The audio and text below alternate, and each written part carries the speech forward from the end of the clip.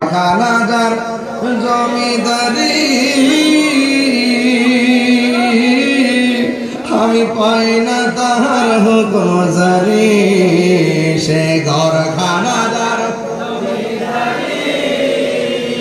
আমি পাই না তাহার হুকুম জারি, আমি পাই না জমিদারের দেখা, আমি পাই না দেখা মনের জ্বালা কারে কই, আমি তো সেই ঘরের মালিক নয়, বলো পরের জায়গা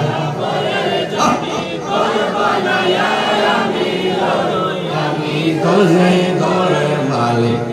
জমিদারের ইচ্ছা মতো দেই না জমি চাষ, তাই তো ফসল ফলে আর দুঃখ 12 মাস। জমিদারের ইচ্ছা মতো দেই না জমি চাষ, তাই তো ফসল ফলে আর দুঃখ 12 মাস। আমি খাজনা পাতি সবই দিলাম, তবু জমিন আমার হয়েছে নিলাম। আমি খাজনা পাতি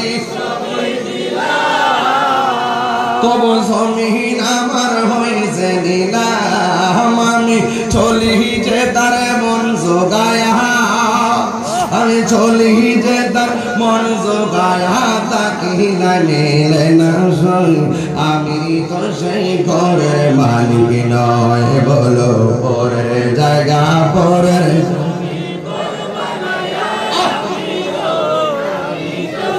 ঘরের মালিক নয়। জোরে জোরে কি আল্লাহু আকবার বলা যাবে না? সব কিছুর মালিক কে?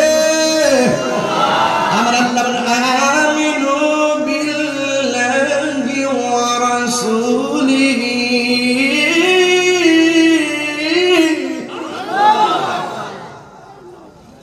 আল্লাহ রাব্বুল আলামিন তোমরা ঈমান আনো আল্লাহর উপরে, ওয়া রাসূলিহি এবং রাসূলের উপরে, ওয়াল কিতাবিল্লাযী নাযালা আলা রাসূলিহি, ওই কিতাবের উপরে ঈমান আনো যে কিতাবটা আমার আল্লাহ তার বন্ধু নবীর উপরে নাযিল করেছেন। বুঝেননি কথা?